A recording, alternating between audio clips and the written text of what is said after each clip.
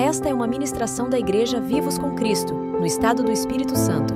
Temos culto todo domingo em Cachoeiro e Vila Velha. Para saber mais, acesse nosso site igrejavivoscomcristo.com. Em Jó 14, 7, versículo 7, versículo 7 até o 9, diz assim: porque há esperança para a árvore. Pois mesmo cortada ainda se renovará, e não cessarão seus rebentos. Se envelhecer na terra a sua raiz, e no chão morrer o seu tronco, ao cheiro das águas brotará, e dará ramos como planta nova. Queridos, se há esperança para a árvore, há esperança para nós, amém? A nossa esperança não está embasada naquilo que as circunstâncias estão dizendo, a nossa esperança não está embasada naquilo que os diagnósticos estão dizendo, a nossa esperança não está embasada naquilo que os nossos olhos estão vendo, mesmo porque nós fomos chamados para crer na esperança contra a esperança, amém? Às vezes, todo o rio está correndo para uma direção, mas a esperança não está na direção desse rio, sabe? Nós fomos chamados para confiar no Senhor, para crer nele e não na circunstância. Nós estamos num ano profético, eu creio, é um ano do jubileu. Jubileu significa carneiro, ou chifre do carneiro. É o ano em que, quando há 50 anos a trombeta tocava por causa do sacrifício, e naquele ano os presos eram soltos, os escravos eram libertos, as vidas eram favorecidas, e era um tempo de muito favor, de muita graça. Isso anuncia para um tempo que nós estamos hoje, o tempo aceitável, o ano aceitável do Senhor. Você precisa crer no ano que você está. Nós não estamos no ano do juízo. Jesus, quando ele estava na sinagoga, ele estava abrindo o livro, ele foi fazer a leitura na sinagoga, está em Lucas capítulo 4, ele começou a ler: eis que o Espírito do Senhor está sobre mim. Ele me ungiu para pregar libertação aos cativos, para dar vista aos cegos, para anunciar o ano aceitável do Senhor, evangelizar as boas novas aos pobres. A sequência de Isaías seria e o ano da vingança, e o dia da vingança do Senhor, o dia da ira do Senhor. Mas só que Jesus fechou esse livro. Fechou. Sabe, aquilo que Deus fecha, queridos, vocês não queiram abrir. Somente Ele pode abrir. É um tempo profético, é um tempo que Jesus, somente Ele abrirá de uma forma simbólica o livro e vai desatar os seus selos.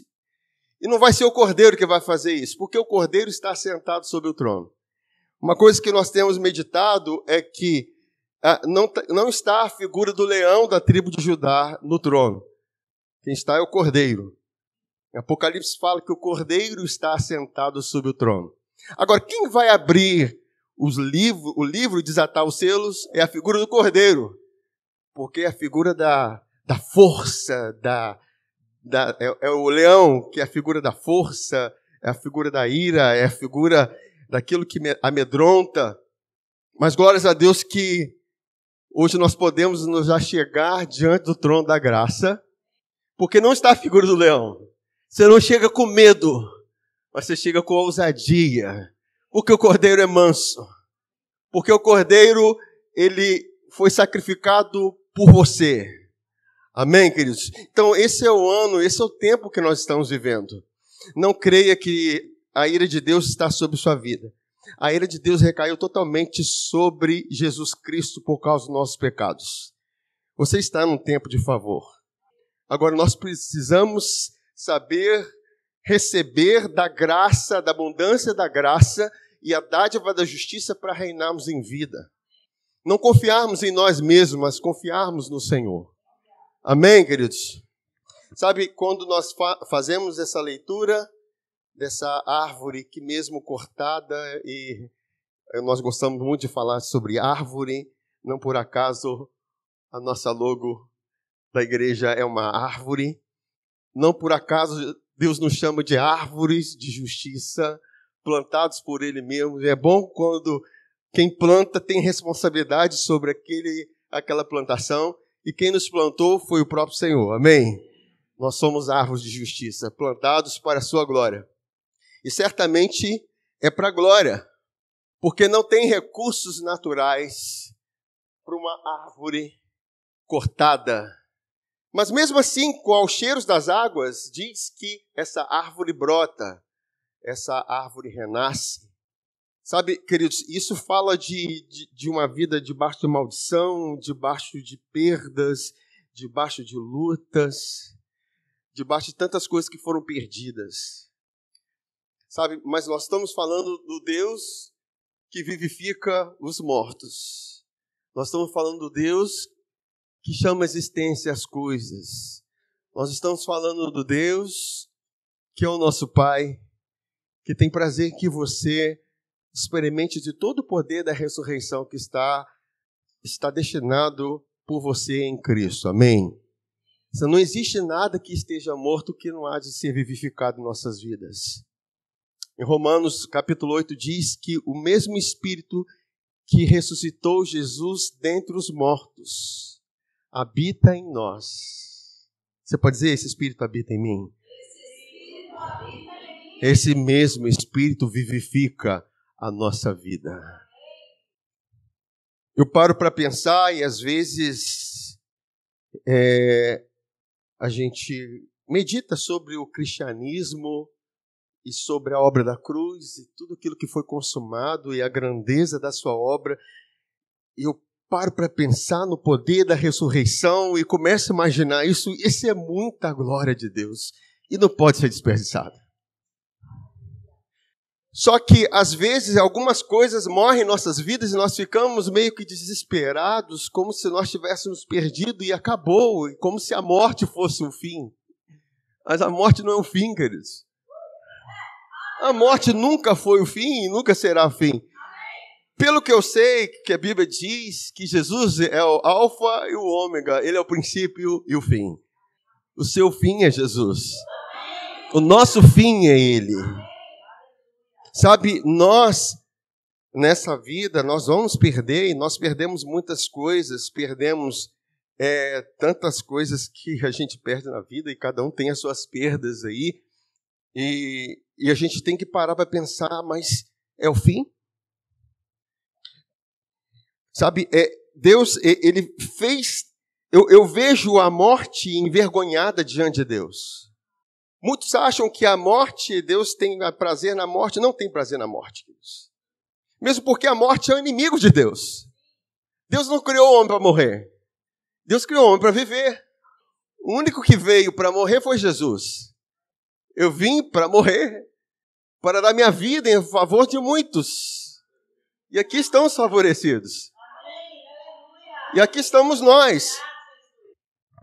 Agora, eu vejo que quando Jesus ressuscita, verdadeiramente ele venceu a morte, ele triunfou sobre a morte, ele triunfou sobre o inferno. Ainda que, sempre quando nós lidamos com a morte, nós sofremos, nós choramos, nós sentimos as perdas, nós sentimos o luto, mas a mesma Bíblia diz que aos que em Sião estão de luto, Deus deu uma coroa em vez de cinzas. Por que eu vou ficar me lamentando por aquilo que se perdeu, se Deus me deu uma coroa em tempo de luto? E aí que está a chave, queridos, daqueles que vão provar da glória de Deus. Eles vão saber colocar e usar as suas coroas em tempo de luto. A Bíblia fala que deu alegria, óleo de alegria em vez de pranto, vestes de louvor ao invés de espírito angustiado. Para quem está de luto, vestes de louvor.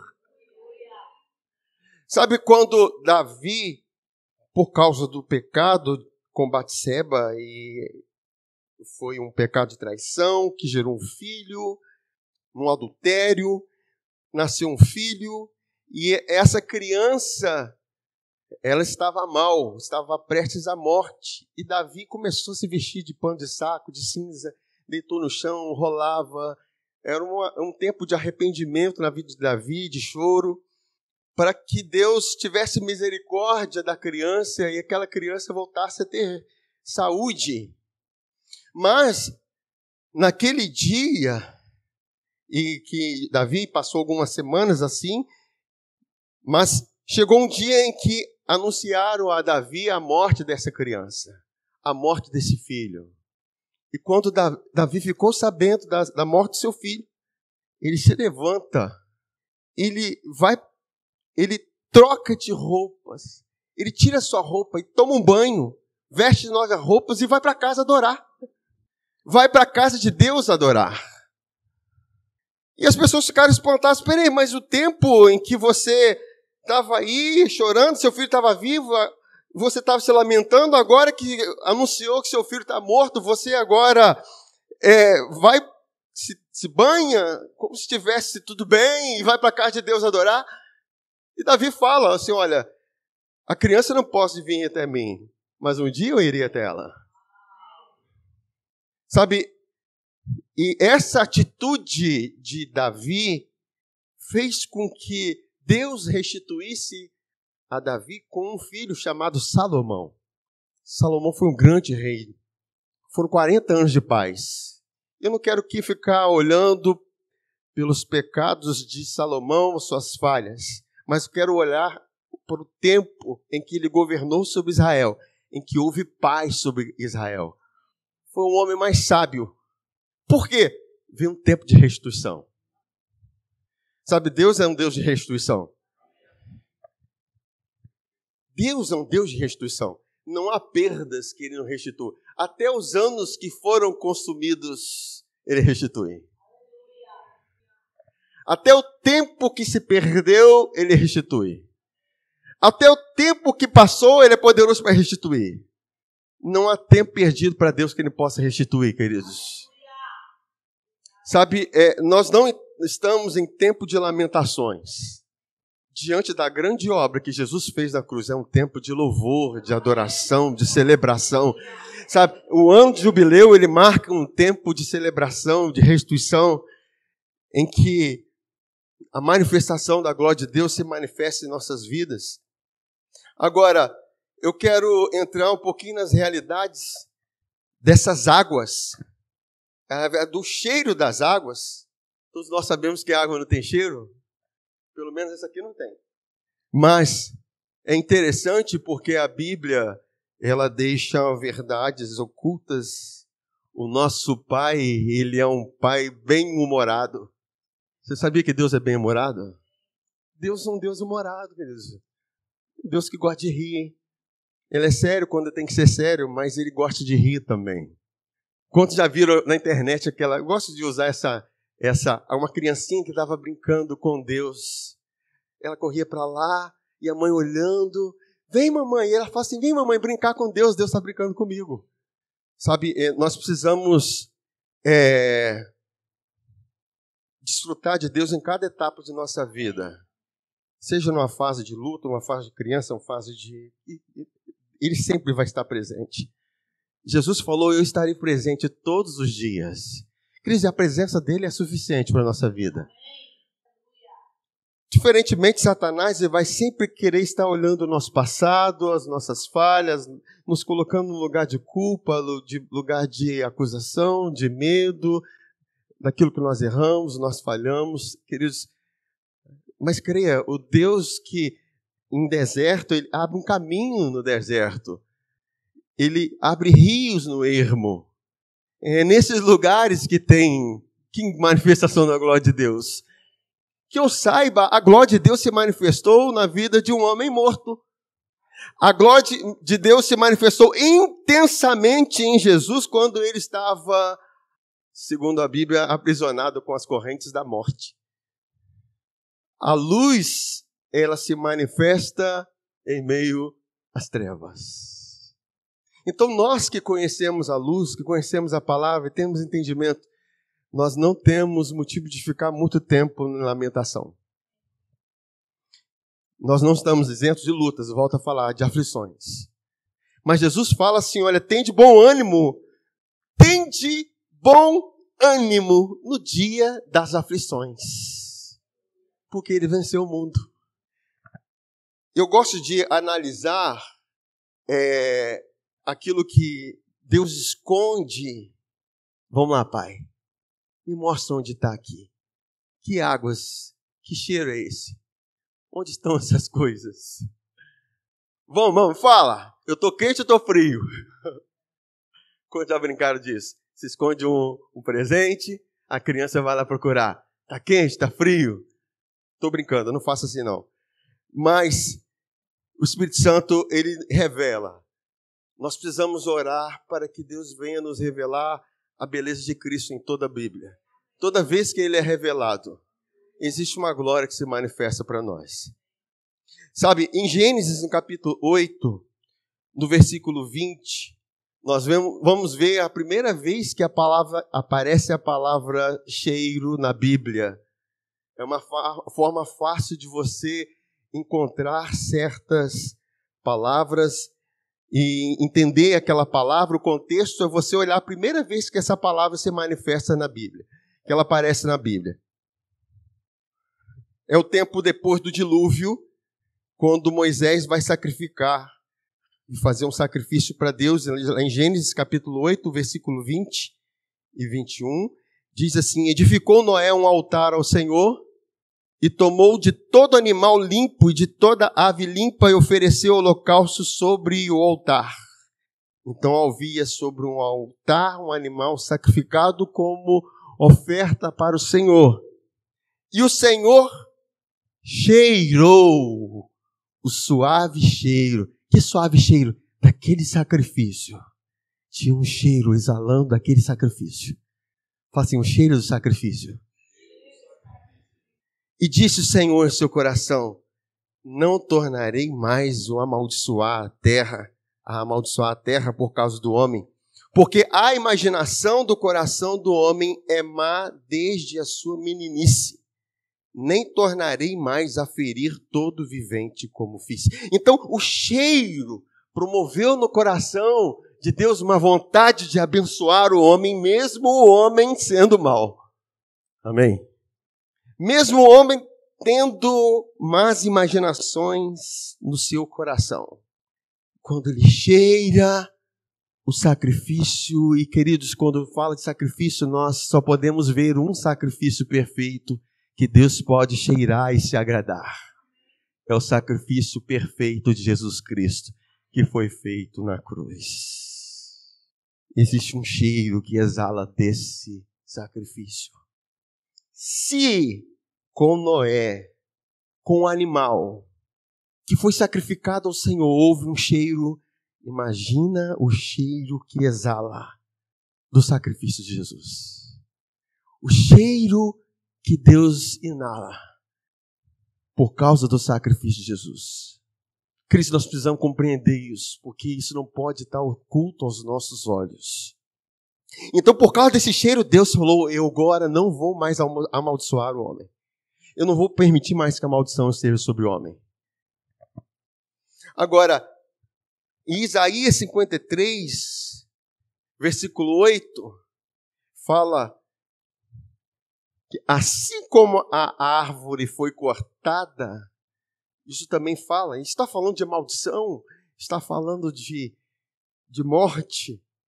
Isaías 53, 8 diz assim: porque por juízo opressor foi arrebatado. Está falando de Jesus. Isaías 53 é sobre Jesus. E de sua linhagem, quem dela cogitou? Porquanto foi cortado da terra dos viventes. Por causa da transgressão do meu povo, foi ele ferido. Jesus, ele foi cortado.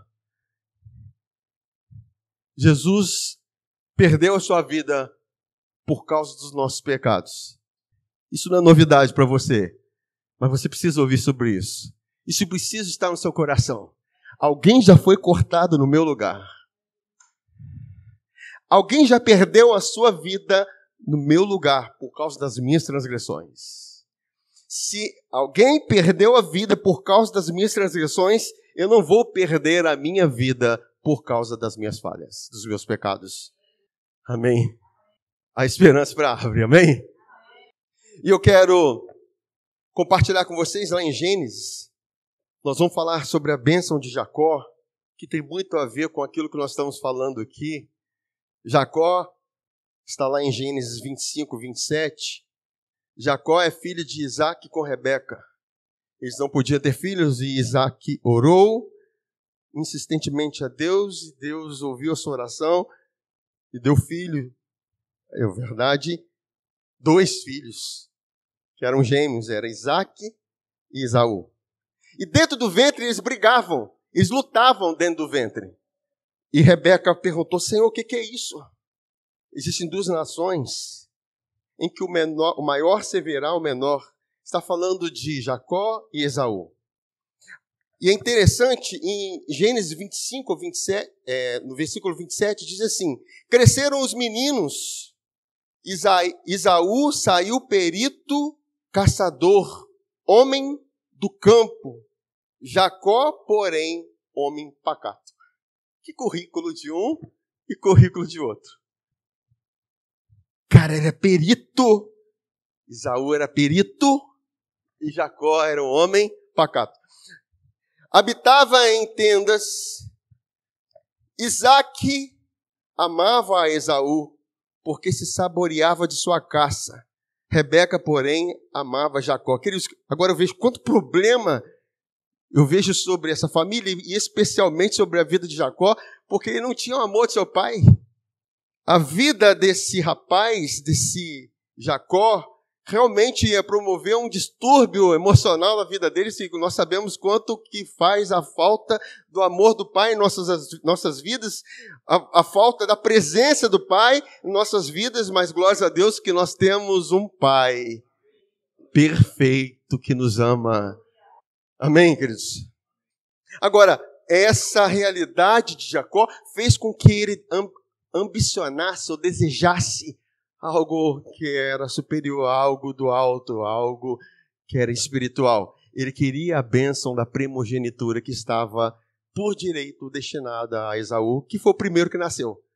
Apesar de que Esaú nasceu com Jacó segurando no calcanhar dele. Mas, desde muito tempo, Jacó queria essa bênção. Esse direito de primogenitura. De ser o principal herdeiro. De ser aquele que ia carregar o nome da família, ia ser aquele que ia ter um relacionamento mais íntimo com Deus. Nós conhecemos o Deus de Abraão, o Deus de Isaac, e por causa desse desejo de Jacó, e o Deus de Jacó, não é Deus de Esaú. E mais uma vez eu paro para pensar que se alguém não tem um recurso natural e não é perito em nada nessa terra, seja perito em desejar as bênçãos espirituais. Seja perito em querer mais do céu. Porque nada vale o currículo dessa terra se você não tem as bênçãos celestiais a seu favor. Lá na frente, Romanos capítulo 9 fala que Deus amou Jacó e aborreceu a Esaú. Amou Jacó porque Jacó queria dessas realidades. Como que esse contexto fala muito comigo. Quem é Jacó? Um homem pacato. E o pai dele não amava ele. Esaú, perito em caça. Uau! Isaac, o seu pai, o admirava, ainda comia da sua caça. Meu filhão, meu preferido. Mas glórias a Deus, queridos, porque Deus tinha um plano. Na sua presciência tinha um plano. Alguns acreditam na predestinação, que Jacó era um predestinado, porque Deus conhece o fim antes do começo. Ele já conhecia o coração de Jacó. E Jacó realmente foi um escolhido de Deus para que ele fosse abençoado. Mas vamos entender e percorrer as bênçãos de Jacó, porque traz muitas realidades daquilo que nós estamos falando aqui em Gênesis 25, no 29 a 34 fala de como que Jacó pleiteou esse direito de primogenitura O versículo 29 diz assim: tinha Jacó feito um cozinhado, quando esmorecido veio do campo Esaú e lhe disse: peço-te que me deixes comer um pouco desse cozinhado vermelho. Era uma sopa. Pois estou esmorecido, cansado. Daí chamar-se Edom. Disse Jacó: vende-me primeiro o teu direito de primogenitura. Vamos negociar. Eu te dou um prato de lentilha, de sopa de lentilha, você me dá o seu direito de primogenitura. Que forte isso. Então disse Jacó: jura-me primeiro. Não. Ele respondeu, Esaú respondeu: estou a ponto de morrer. De que me aproveitará o direito de primogenitura? Então disse Jacó: jura-me primeiro. Ele jurou e vendeu o seu direito de primogenitura a Jacó. Deu, pois, Jacó a Esaú pão e o cozinhado de lentilhas. Ele comeu e bebeu, levantou-se e saiu. Assim desprezou Esaú o seu direito de primogenitura. Esse acontecimento foi muito forte. Hebreus capítulo 12 fala que ainda com lágrimas Esaú desejou voltar a ter isso, mas ele não conseguiu. Ele queria esse direito de primogenitura depois que ele perdeu. Mas a verdade é ele que desprezou. Queridos, e isso fala muito conosco porque, sabe, os pratos de lentilha, a sopa de lentilha, estão sempre disponíveis para nós no momento da nossa fome. Sempre estão disponíveis para nós as coisas que são mais atrativas, entre aspas, são mais atrativas do que as coisas espirituais. É mais atrativo as coisas da terra do que as coisas espirituais. No nosso coração, queridos, tem que haver um desejo, uma vontade realmente de desejar as bênçãos de Deus, de desejar as coisas espirituais acima de qualquer coisa. A nossa vida aqui só faz sentido se nós realmente carregamos o nome de Deus, se nós somos aqui, a graça que nos tem sido dada, ela tem o propósito de que vidas sejam tocadas por aquilo que nós carregamos. A graça faz sentido em nossas vidas quando nós realmente cumprimos o nosso chamado, o nosso propósito. Eu não estou falando a respeito de salvação, porque nós sabemos que a salvação é pela graça, através da fé. Mas quantos querem ficar apenas na salvação? Como o pastor Jean falou semana passada aqui, ficar apenas na salvação. Tá bom lá, um dia eu vou para lá. Não, quer dizer, tem muito mais de Deus para nós nesse lugar. Tem muitas vidas que precisam ser salvas, resgatadas. Tem muito aquilo que Deus quer fazer em nossas vidas, porque nós realmente desejamos a nossa grande herança, que é Cristo em nós. A nosso grande direito de primogenitura, a nossa bênção espiritual. A Bíblia diz que Deus nos abençoou com todas as bênçãos espirituais. Será que na nossa cabeça não passa assim, como é que é isso? Todas as bênçãos espirituais já estão disponíveis. E simplesmente eu não tenho nem um pouco de curiosidade de abrir as Escrituras, de ler o meu testamento. Você entende? De onde vem o desejo de ler a Bíblia? Para você conhecer o que é seu por herança. Isso tem que partir de nós uma inconformidade. E talvez nós não estamos tendo a vontade e o prazer, ou nem que for uma quebra da nossa vontade carnal, de querer descobrir nas Escrituras aquilo que diz respeito a mim, a você, a nós, que é testamento. Imagina você ter uma grande herança e simplesmente você não está nem aí de ler o testamento e foi deixado um testamento e você está listado nesse testamento. Vocês me entendem? A você. Destinado a você. Mas é isso que os pratos de lentilha fazem com a nossa vida. Nós estamos nos satisfazendo com a sopinha de lentilha. Porque tudo comparado, aquilo que é espiritual é apenas sopa de lentilha. Sim ou não?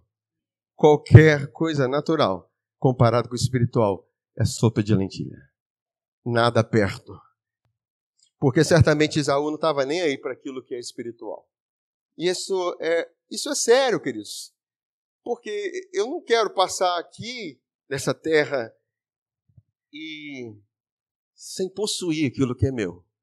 E eu não estou falando de posses naturais.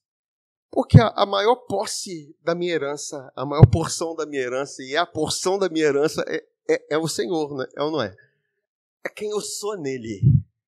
Pessoas, elas entram em depressão por causa do vazio que há nelas. Um vazio. Porque elas não sabem quem elas são em Cristo. E que Cristo, o amor que Cristo tem por elas. E quanto Cristo deseja estar e comungar com elas. Mas, queridos, há sempre tempo de nós voltarmos e a nossa ficha cair e a gente tomar o rumo da casa do Pai, igual aquele filho pródigo que estava, me dá a herança, achou que era coisa natural, que era coisa física. Me dá toda a minha herança. O pai nem havia morrido. Ele matou o filho antes do tempo, matou o pai antes do tempo. E ele vai e gasta sua herança com prostitutas, meretrizes, gasta toda a sua herança até o ponto que acaba o dinheiro e de repente ele está comendo o resto de comida de porco. E ele se lembra que na casa do pai não tinha falta de nada. E ele fala assim, nossa pai, eu vou voltar para lá, para casa do meu pai, porque lá tem comida. E olha que nem um arrependimento verdadeiro havia no coração desse rapaz. Sim ou não? O arrependimento era, lá tem comida, eu preciso voltar para lá.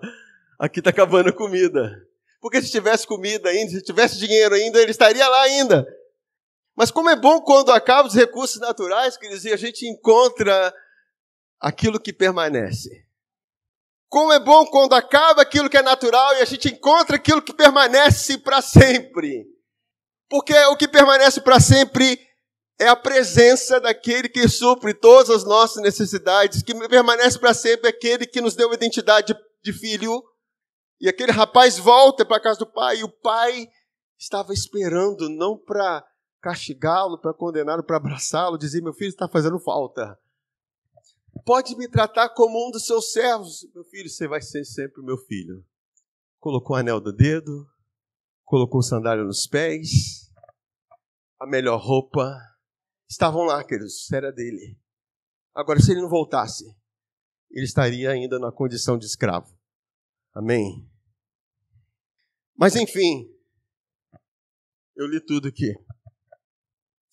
Agora, beleza. Ele já conseguiu negociar o seu direito de primogenitura com o seu irmão. Agora falta o seu pai. Porque aos olhos do pai, quem tinha direito era Esaú. Amém? E Rebeca, que amava Jacó, traça um plano, uma estratégia. E no versículo 6 a 17, então disse Rebeca a Jacó, seu filho, ouvi teu pai falar com Esaú, teu irmão, assim. Rebeca estava só espreita, ouvindo a conversa de Esaú com Isaac. E ela vai contar para o seu irmão, seu filho, Jacó. Ela ouviu a conversa assim, traze a caça e faz-me uma comida saborosa para que eu coma e te abençoe diante do Senhor. Antes que eu morra, agora, pois, meu filho, atende as minhas palavras com que te ordeno. Vai ao rebanho e traz-me 2 bons cabritos. Deles farei uma saborosa comida para teu pai, como ele aprecia. Levá-la-ás a teu pai, para que eu a coma e te abençoe antes que morra. Disse Jacó a Rebeca, sua mãe. Esaú, meu irmão, disse Jacó a Rebeca, sua mãe, Esaú, meu irmão, é homem cabeludo e eu, homem liso, quer dizer, eu não tenho cabelo. Dar-se-á o caso de meu pai me apalpar e passarei a seus olhos por zombador, assim trarei sobre mim maldição e não bênção. Respondeu-lhe a mãe, caia sobre mim essa maldição, meu filho. Atende somente a que eu te digo, vai e trazemos. Ele foi, tomou-os e os trouxe à sua mãe, que fez uma saborosa comida, como o pai dele apreciava.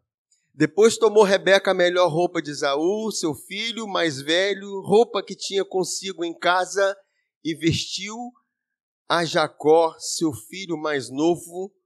Com a pele dos cabritos cobriu-lhe as mãos e a lisura do pescoço. Então entregou a Jacó, seu filho, a comida saborosa e o pão que havia preparado. Enfim, Jacó se trajou como Esaú. Isaac já não estava enxergando direito. Então, Jacó veste a mesma roupa de Esaú. Coloca na sua mão pele com pelos para disfarçar de como Esaú, que era peludo. Rebeca prepara a comida que Jacó gosta, que Isaac gosta, e vai até ele. E agora é interessante no versículo 22, né, quando isso vai acontecer e ele vai chegar ao seu pai. Jacó chegou-se a Isaac, seu pai, que o apalpou e disse: a voz é de, porém as mãos são de Esaú. Isso traz uma realidade muito grande para nós, porque as mãos falam da obra, falam daquilo que se faz. E nesse contexto, Isaac representa Deus, Esaú representa aquele que tem direito de primogenitura, e Jacó representa aquele que quer esse direito. Amém? E na verdade, Esaú é a figura de Jesus nesse momento. Sabe, quando nós nos achegamos diante de Deus, Deus está ouvindo a sua voz, mas Ele está vendo as mãos de Jesus. Ele está vendo a obra da cruz. Ele está vendo aquilo que Ele fez. Mas vamos continuar aqui. E não o reconheceu, porque as mãos, com efeito, estavam peludas como as de seu irmão Esaú, e o abençoou. Ele disse: és meu filho Esaú mesmo?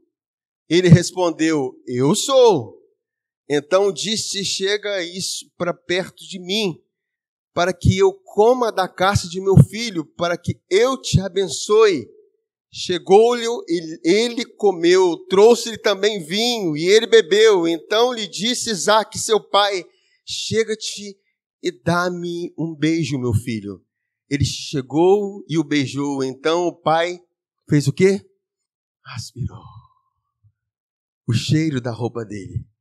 Eu abençoou e disse: assim como quando Deus cheirou o cheiro do sacrifício que estava sobre o altar, quando Noé entregou, Deus inspirou o cheiro e abençoou o homem.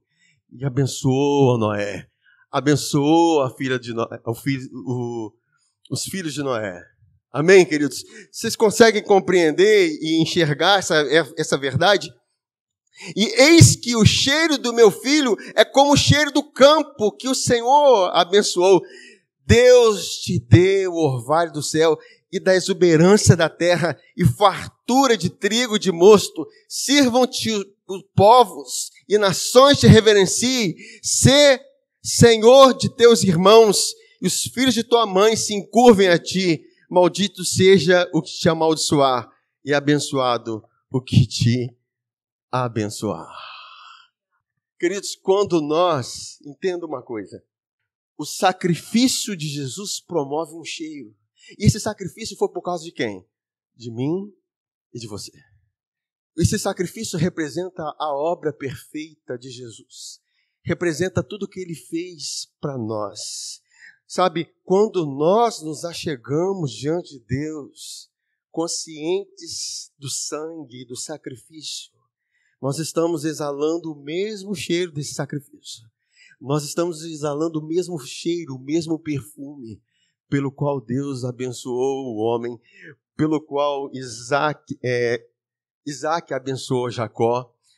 A voz é a sua, mas as mãos é de Jesus. A voz é sua, mas o cheiro é de Jesus. Você está falando, mas é Jesus. As vestes são de Jesus. É você que está ali, mas as vestes de Jesus. É como se o Pai visse a Jesus quando Ele estivesse com você.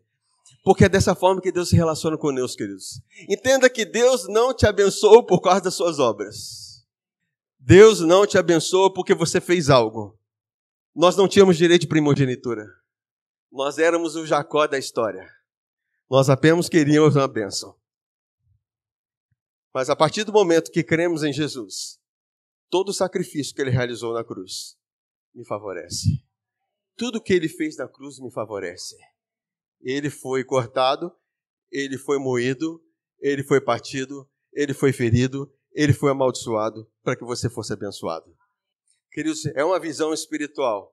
É uma realidade espiritual que nós precisamos ter. Sabe, quando nós oramos, e nós oramos no nome de Jesus, e quando você está no nome de alguém, é porque aquele próprio alguém estivesse ali orando. Vocês estão me entendendo? Deus responde todas as orações no nome de Jesus. Até agora nada pedisse em meu nome. Pedi e o Pai ouvirá. Amém, queridos? Sabe, Deus está nos convidando para uma intimidade maior com Ele. Deus não está nos convidando para nós termos uma consciência maior da graça de Deus para conosco. O que diz em 2 Coríntios capítulo 2, versículo 14 a 15? Graças, porém, a Deus que em Cristo sempre nos conduz em triunfo. Por que Deus te conduz em triunfo? Porque você está em Cristo. Por que você está em Cristo? Deus não vê você, Ele vê a Jesus. Por que você está em Cristo? Deus não vê você, Ele vê a Jesus. Por que você está em Cristo? Deus não vê a você, Deus vê a Jesus. Você não fica feliz com isso não, queridos? Faz assim, mente, entende, recebe, compreende. Entende por que a sua oração é ouvida, queridos? Entende por que você é abençoado? Porque Deus está abençoando, porque está vendo Jesus. Deus nos abençoa porque somos bonzinhos, que somos crentes, simplesmente não. Deus nos abençoa porque nós estamos em Cristo. Jesus é quem tem direito da primogenitura. Jesus é quem tem direito da herança. Mas Deus nos fez co-herdeiros com Ele. Tudo que é de Jesus é seu. Quem não disse amém é porque não recebeu, amém? Eu vou dar a oportunidade. Tudo que é de Jesus é seu, amém? Todas quantas são as promessas de Deus para nós, tem nele o sim e por ele o amém. O amém é importante, queridos. Por isso que diz assim, graças, porém, a Deus que em Cristo, no lugar onde nós estamos, em Cristo, estamos vestidos com a veste dele, estamos revestidos com ele, estamos com a obra dele, estamos com o cheiro dele, a voz é sua. Mas a justiça é de Cristo. A voz é sua, mas a justiça é de Cristo. O que te favorece é a justiça. A justiça, a dádiva da justiça. Olha aqui, e continua aqui, olha. Graças, porém, a Deus que em Cristo sempre nos conduz em triunfo e por meio de nós manifesta em todo lugar o quê? A fragrância do seu conhecimento. Porque nós somos para com Deus o bom perfume de Cristo. Tanto nos que são salvos, como nos que se perdem. Existe uma fragrância quando você crê que você é justificado pela fé em Jesus. Existe um cheiro que você exala. O cheiro da presença de Jesus, porque você crê nessa verdade. E é por causa dessa fragrância que Deus nos abençoa. Porque essa fragrância, ela vem do sacrifício de Jesus. Porque quem estava lá não era Jesus, éramos nós. Na hora de derramar a ira sobre Jesus, quem estava em Jesus éramos nós.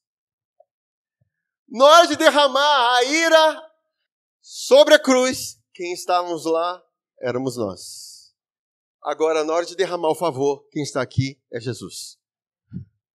Na hora de derramar o favor sobre você, quem está aqui é Jesus. Você pode dizer, Ele está aqui. Ele está aqui em mim, queridos.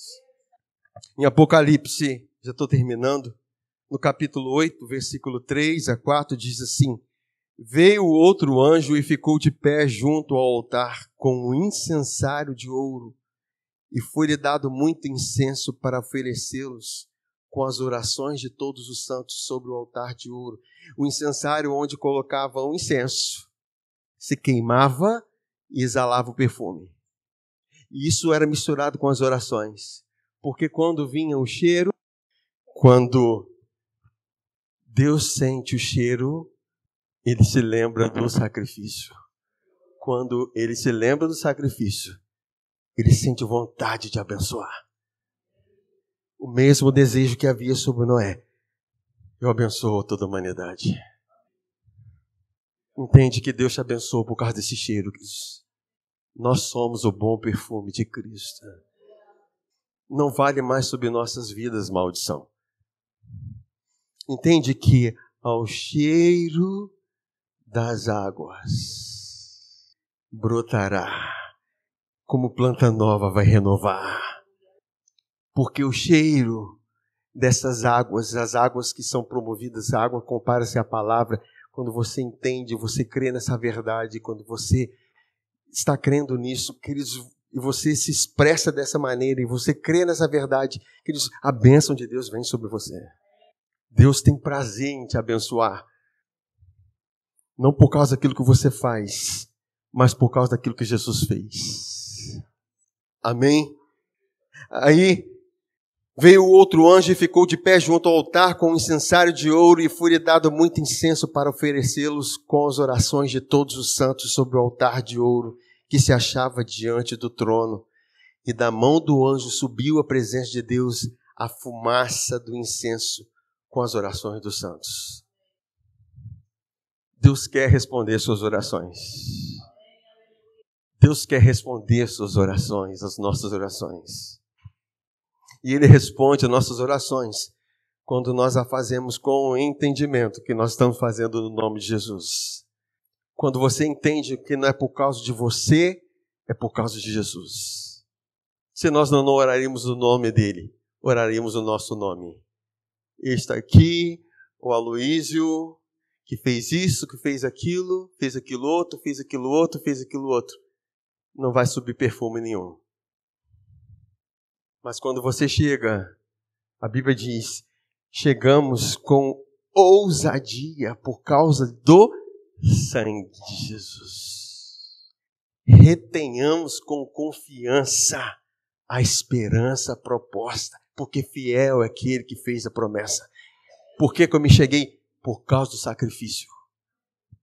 Por causa dessa obra perfeita. Amém, queridos? Vamos colocar de pé.